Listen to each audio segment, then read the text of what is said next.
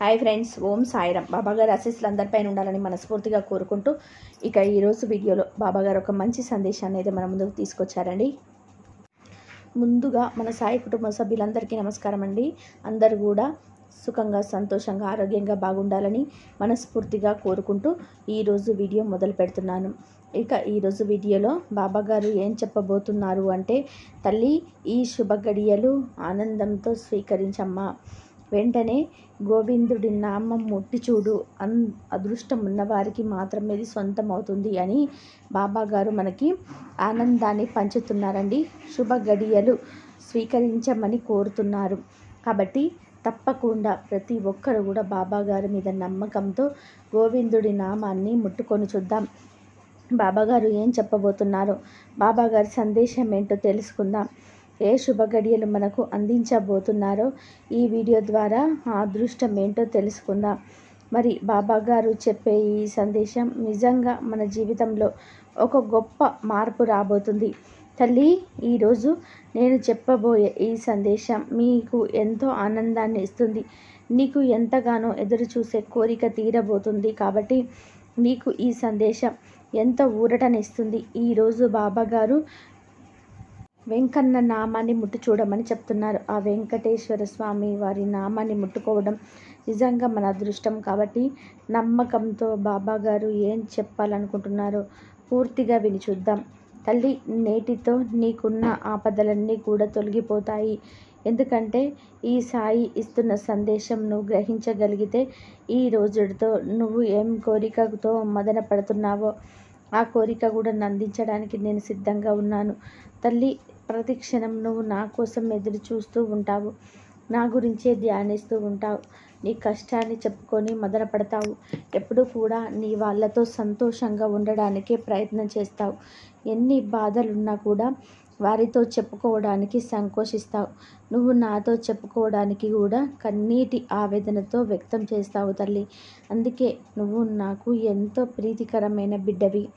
నువ్వు ఇంత మదన పడుతూ ఉంటే నేను చూస్తూ ఊరుకుంటానా తల్లి? నీకు ఎవరైతే అన్యాయం చేశారో నీ చుట్టూ ఉన్న వాళ్ళు నిన్ను ఎప్పుడు కూడా ఏదో ఒక మాటతో అంటూ నిన్ను బాధ పెడుతూ ఉంటారు. అలాంటి వారిని శాశ్వతంగా దూరం చేస్తాను. అంతేకాదు, నువ్వున్న గొప్ప స్థాయిని చూసి తిరిగి వారే వచ్చి క్షమించమని వేడుకుంటారు. నువ్వున్న స్థాయిని చూసి ఈర్ష్యపడేలా చేస్తాను తల్లి. అంత గొప్పగా నువ్వు ఎదగబోతున్నావు. ఇక రాబోయే రోజులన్నీ కూడా సంతోషంగా మారబోతున్నాయి. నువ్వు ఎన్నో రోజులుగా నీ భర్త కోసం ఎదురు చూస్తున్నావు. నా బిడ్డలను నేను పోషించుకోలేకపోతున్నాను బాబా. నాకు నా భర్త సహాయం కావాలి. నా భర్త ప్రేమను నేను పొందాలి అని నువ్వు ఆరాటపడుతున్నావు తల్లి. ఎన్నో రోజులుగా ఇది నాతో చెప్తూనే ఉన్నావు. నీ భర్త మనసులో నీ స్థానం పొందాలి అంటే, నీ స్థానం ఉండాలి అంటే ముందు నీ భర్తలో మార్పు రావాలి. ఆ మార్పు రావడానికి నేను ఎన్నో విధాలుగా ప్రయత్నం చేస్తున్నాను. నా బిడ్డ సంతోషంగా ఉండాలన్నదే నా ప్రయత్నం. తల్లి, నీ అనారోగ్యం గురించి ఎలాంటి చింత పెట్టుకోవద్దు. ఎందుకంటే నీ ప్రక్కనే ఈ సాయి ఉన్నాడు.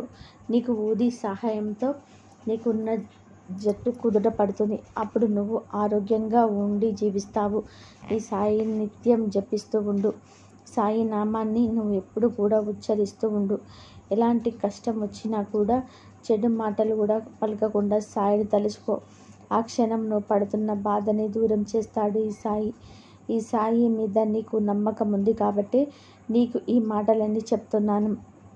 తల్లి, నీ బిడ్డల గురించి, భవిష్యత్తు గురించి ఆలోచిస్తూ ఏడవకు. నీ భర్త తిరిగి వస్తాడు. నీ బిడ్డల భవిష్యత్తు కూడా ఎంతో ఆనందంగా ఉంటుంది. వారు ఉన్నత స్థాయిలో ఉండడానికి ఈ సాయి తప్పకుండా సహాయం చేస్తాడు. నీ వాళ్ళతో నువ్వు సంతోషంగా ఉండడమే నాకు కావలసింది. తల్లి, నువ్వు ఏ క్షణంలో కూడా శ్రద్ధ, సబూరిని కోల్పోకూడదు. సహనంతో నువ్వు అన్నీ అనుభవిస్తేనే రాబోయే రోజులన్నీ సంతోషంగా మారుతాయి. ఇక నీ పెద్దవాళ్ళతో నువ్వు ఎంత గౌరవంగా బ్రతికితే అంత తొందరగా ఉన్నత స్థాయికి చేరుకుంటావు. నీ మనసు ఎప్పుడు బాలేదు అని అనిపిస్తే ఆ క్షణం ఈ సాయిని తలుచుకో. సాయి ముందర కూర్చో. సాయినే చూస్తూ ఉండు. సాయి నీకు ఏదో ఒక రూపంలో సందేశం ఇస్తారు. సాయిని చూస్తూ ఉన్నంతసేపు నీకు ఎంతో ఆనందం కలుగుతుంది. నువ్విక ఎలాంటి దిగులు పెట్టుకోవద్దు, ఆందోళన అసలే చెందవకు. బాబా, నేను నీకు భక్తురాలిని. నిన్ను తలుచుకొని క్షణమంటూ లేదు. అనుక్షణం నిన్నే ఆరాధిస్తాను, నిన్నే పూజిస్తాను. ఎన్నో సంవత్సరాలుగా నిన్నే ఆరాధిస్తున్నాను. నాకు ఊహ తెలిసినప్పటి నుండి నిన్నే వేడుకుంటున్నాను. ప్రతి బాధ నీతో పంచుకుంటున్నాను. అయినా సరే ఎందుకు బాబా ఇన్ని కష్టాలు ఇచ్చావు? ఎప్పుడు నేను నీ ధ్యాసలోనే ఉన్నాను కదా. ఎక్కడైనా తప్పు చేశానా? మరి ఎందుకు ఇన్ని కష్టాలను ఇచ్చావు అని నీ మనసు నాతో ప్రశ్న వేస్తుంది తల్లి. అలాంటి ప్రశ్నను ఒక్కసారి నేను చెప్పేది అర్థం చేసుకో. ఈ జన్మలో నువ్వు నిజాయితీగా, న్యాయంగా, ధర్మాన్ని అంటిపెట్టుకొని బతుకుతూ ఉంటే ఖచ్చితంగా నువ్వు ఎప్పుడు చేసుకున్న కర్మను అయితే ఇప్పుడు అనుభవిస్తున్నావు అని అర్థం. ఈ కర్మ అనేది నీ భౌతిక శరీరం చుట్టూ ఒక మాయలా తిరుగుతూ ఉంటుంది. ఎప్పుడైతే నువ్వు దానిని పూర్తిగా అనుభవిస్తావో వెంటనే అది నిన్ను విడిచి వెళ్ళిపోతుంది. అప్పుడు నీకు అన్ని సంతోషాలు కనిపిస్తాయి. నీ జీవితం ఇప్పుడు సుఖంగా ఉంటుంది. మరి బాబా, దుర్మార్గులకు ఎందుకు అంత సంతోషాన్ని, అంత వైభవమైన జీవితాన్ని ప్రసాదిస్తావు అని అడిగితే అది వారు చేసుకున్న కర్మ అనుసారంగా వారు అనుభవిస్తూ ఉంటారు. ఎప్పుడు కూడా ఎవరైతే మంచిని అంటిపెట్టుకొని ధర్మబద్ధంగా పనులు చేసుకుంటూ న్యాయంగా బ్రతుకుతూ వారి కష్టార్జితాన్ని మాత్రమే నమ్ముకుంటూ బతుకుతారే వారు ఎప్పుడు కూడా పేదరికంలో ఉన్నా కూడా ఆ భగవంతుడి దృష్టిలో కోటీశ్వరులు. కాబట్టి ఏ సమయానికి భగవంతుడు ఏమి ఇవ్వాలో ప్రతి మనిషికి నిర్ణయించి ఉంటాడు. మనం ఎప్పుడు మంచిని ఆలోచించాలి, యోగ్యమైన దానిని మాత్రమే ప్రతి మందికి ఉపదేశించాలి. ఎవరి కర్మ ఎలా ఉంటే అలాగే తప్పకుండా జరిగి తీరుతుంది. నేను అన్ని ప్రదేశాలను వినిపిస్తూ ఉంటాను. నేను లేని ఖాళీ చోటంటూ లేదు తల్లి. నా బిడ్డలు ఎప్పుడు కూడా నా గురించి ఆలోచించే వారి పట్ల నేను కూడా వారి పట్ల అంతే దీర్ఘంగా ఆలోచిస్తూ వారి సంతోషం కోసం ఎదురు చూస్తూ ఉంటాను. ఎప్పుడెప్పుడు వారు అనుభవిస్తున్న కష్టాల నుండి బయటపడతారా అని చూస్తూ ఉంటాను. నేను ఎప్పుడు నా గురువు దగ్గర కోరుకునే ఒక్కటే, నన్ను నమ్ముకున్న వారు నా బిడ్డలు అందరూ కూడా సంతోషంగా ఉండాలి అని వేడుకుంటాను. నా గురువు చెప్పింది నేను చేస్తాను. ఎవరైతే వారి ప్రేమకు నన్నే లక్ష్యంగా చేసుకుంటారో వారు నాలో ఐక్యమైనట్టు భావిస్తాను. ఎందుకంటే వారు నిత్యం నన్నే స్మరిస్తూ ఉంటారు. ఎక్కడ చూసినా కూడా ఈ సాయినే కనబడతాడు. కాబట్టి ఇలాంటి ఆటంకాలు వచ్చినా కూడా వారిని బయటపడేసే మార్గాన్ని అయితే నేను నిరభ్యంతరంగా చూపించగలను. తల్లి, నా మీద నమ్మకం ఉంచు. ఈ సాయి చెప్పింది విను. ఎందుకంటే ఆలస్యం చేసే కొద్దీ నీ జీవితంలో ఇంకా కష్టాలు అనేటివి వస్తూ ఉంటాయి. నీ చుట్టూ ఉన్న వాళ్ళతో జాగ్రత్తగా ఉండు. అందరూ నీలా ఉండరు. నువ్వు ఆలోచించే విధానం వేరు. వారి మనసులో ఉన్న కుట్రలను ఎప్పుడు కూడా బయటపట్టలేవు, తెలుసుకోలేవు. కాబట్టి అందరినీ గుడ్డిగా నమ్మకు. ఒక్కొక్కసారి నీ వాళ్ళు అనుకున్న వాళ్ళే మోసం చేయడానికి ప్రయత్నం చేస్తూ ఉంటారు. అలాంటి వారితో జాగ్రత్తగా ఉండు. కష్టాలతో కూడుకుపోయి నిన్ను పలకరించేవారు లేకపోయినప్పుడు నీ బంధువులు అక్కడే నువ్వు సంతోషంగా అందరితో నువ్వు కలిసి మెలిసి మంచి డబ్బుతో బాగున్నావే అనుకో. ఆ సమయంలో నీ చుట్టూ చేరి ఎంతో ఆప్యాయంగా ప్రేమని నటిస్తారు. అలాంటి ప్రేమకి నువ్వు పొంగిపోవద్దు. ఈ సాయి చెప్పేది గుర్తుపెట్టుకో తల్లి. బాబా, నువ్వు చెప్పినట్టుగానే నేను ఎంతో మంచివాడిని, ఎంతో మంచిదానిని. ఎందుకంటే నీ మార్గంలోనే నడుస్తున్నాను, సాయి బిడ్డని. కాబట్టి నేను ఏ తప్పు చేయను. అయినా సరే కష్టాన్ని అయితే అనుభవిస్తున్నాను. నీ బాటలోనే నడుస్తున్నాను. చేతనైతే మంచి పనులు చేస్తాను. కొందరిని ఆదుకుంటాను. కష్టంలో ఉన్నవారికి ఎంతో కొంత సహాయం చేయడానికి ప్రయత్నం చేస్తాను. కష్టాన్ని మాత్రమే నమ్ముకున్నాను.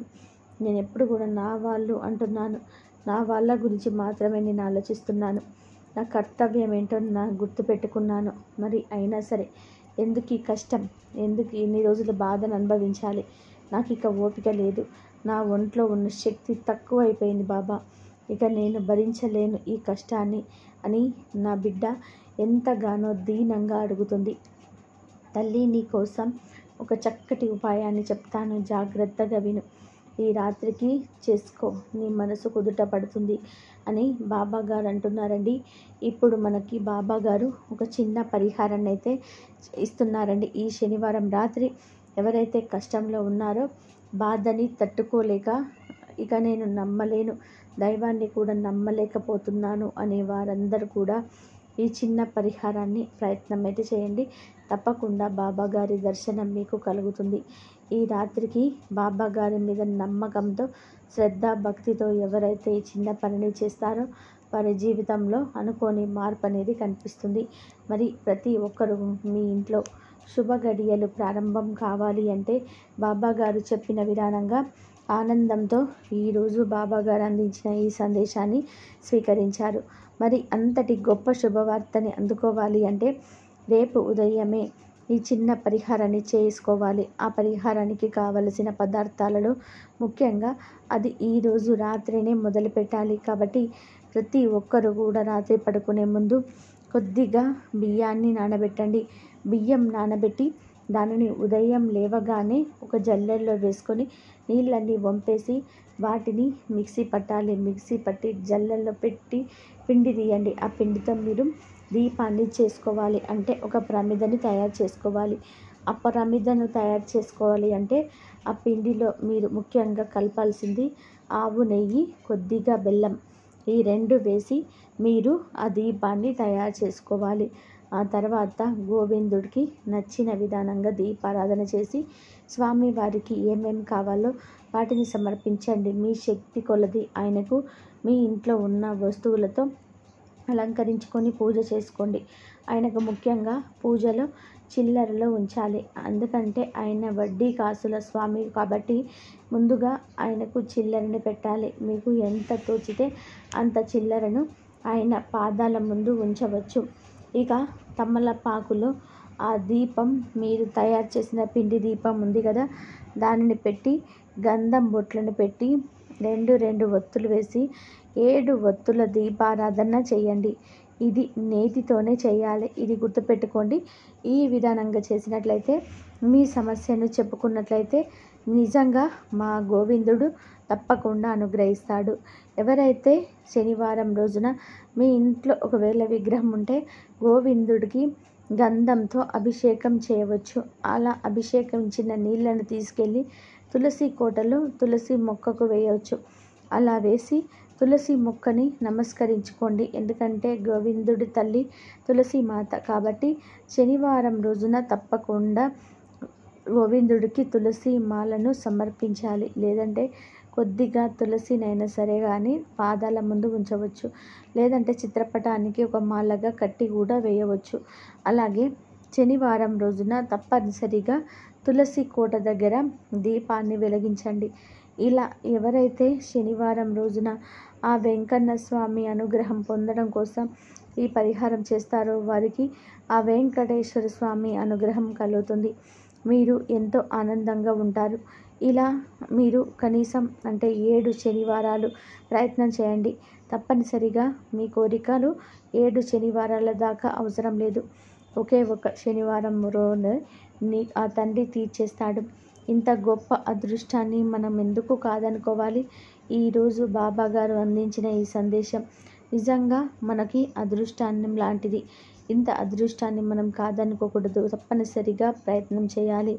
ఎక్కడో ఏ జన్మలో చేసిన పాపపుణ్యాలో కానీ ఈ జన్మలో మనం అనుభవిస్తూ ఉండవచ్చు. అవన్నీ తొలగించుకోవడానికి మనం చేసిన కర్మలు తొలగిపోవాలని బాబా గారు ఇస్తున్న అవకాశం అని మనం భావించాలి. మరి ఈరోజు బాబా గారు అందించిన ఈ సందేశం మీ అందరికీ కూడా ఎంతగానో నచ్చింది అని చెప్పి భావిస్తున్నాను. నచ్చిన వాళ్ళందరూ కూడా శ్రద్ధ సబూరి అని కామెంట్ చేయండి. అలాగే ఈ వీడియోని 10 మందికి అందేలాగా షేర్ చేయండి, లైక్ చేయండి. మళ్ళీ ఇంకొక మంచి వీడియోతో మీ ముందుంటాను. అంతవరకు సెలవు. సర్వేజన సుఖినో భవంతు. సర్వం శ్రీ సాయినాథ్ అర్పణమస్తు.